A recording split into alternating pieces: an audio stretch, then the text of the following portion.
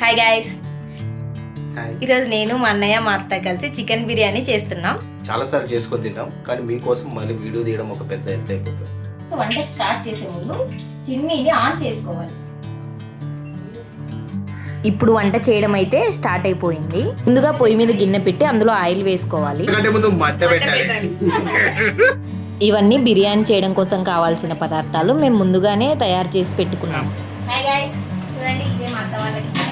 నూనె మరిగేలోపు అలా మా అత్త వంట రూమ్ సర్ది పెట్టిన విధానం చూడండి.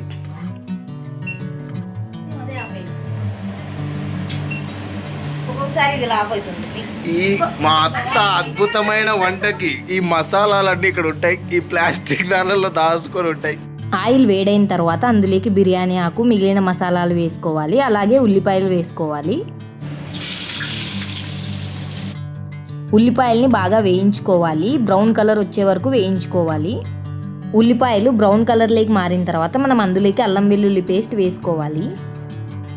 అల్లం వెల్లుల్లి పేస్ట్ వేసుకున్న తర్వాత పచ్చివాసన పోయే వరకు మనం బాగా కలుపుకోవాలి.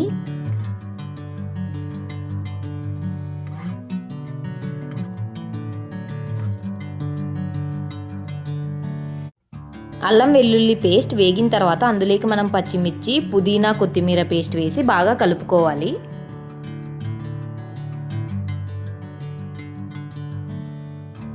నేను కూడా కొద్దిసేపు వంట చేస్తున్నట్టు పోజ్ ఇచ్చా గాయస్. నిజాలు ఒప్పుకోవడం చాలా మంచి విషయం. అప్పుడప్పుడు గెస్ట్ అపిరెన్స్ ఇచ్చి వెళ్ళిపోతా ఉంటాం.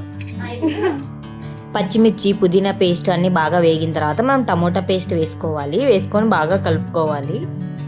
అంతా బాగా కలుపుకున్న తర్వాత అందులోకి కొంచెం పెరుగు, బిర్యానీ మసాలా వేసుకోవాలి. ఇది హోమ్ మేడ్ బిర్యానీ మసాలా. తరువాత అందులోకి సరిపడ కారం, ఉప్పు, ధనియాల పొడి, గరం మసాలా, పసుపు అన్నీ వేసుకొని బాగా కలుపుకోవాలి. అన్నీ బాగా మిక్స్ చేసిన తర్వాత ఒక 10 మినిట్స్ మూత పెట్టుకొని మగ్గనివ్వాలి.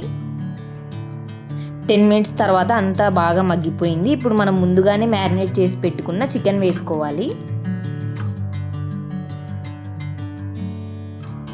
తర్వాత చికెన్కి మొత్తం మసాలా పట్టేటట్టు బాగా కలుపుకోవాలి.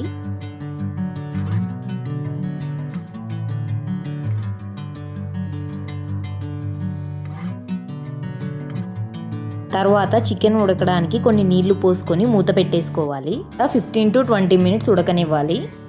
చూడండి, చికెన్ అయితే బాగా ఉడికిపోయింది. ఇప్పుడు మనం దమ్ పెట్టడానికి ప్రిపేర్ చేసుకోవాలి. ముందుగా అడుగున మనం కొంచెం చికెన్ గ్రేవీ వేసుకొని దాని మీద ఒక లేయర్ రైస్ వేసుకోవాలి. తర్వాత రైస్ మీద ఇంకొక లేయర్ చికెన్ వేసుకోవాలి. మరి చికెన్ మీద ఇంకొక లేయర్ రైస్ వేసుకోవాలి.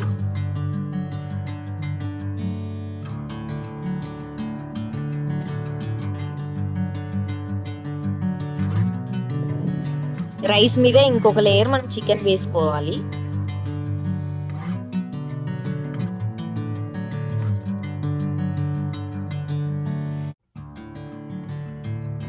తర్వాత ఫైనల్ లేయర్ రైస్ వేసేసుకోవాలి.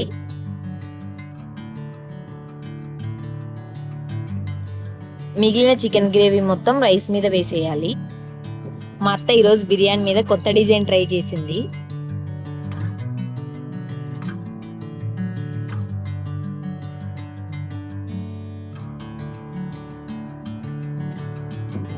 తర్వాత కొత్తిమీర, పుదీనాతో గార్నిష్ చేసుకోవాలి. తర్వాత ఫైనల్గా ఒక నిమ్మకాయ పిండేసి ఇంకా దమ్ పెట్టేసుకోవాలి. ఫైనల్గా బిర్యానీ అయితే కంప్లీట్ అయిపోయింది.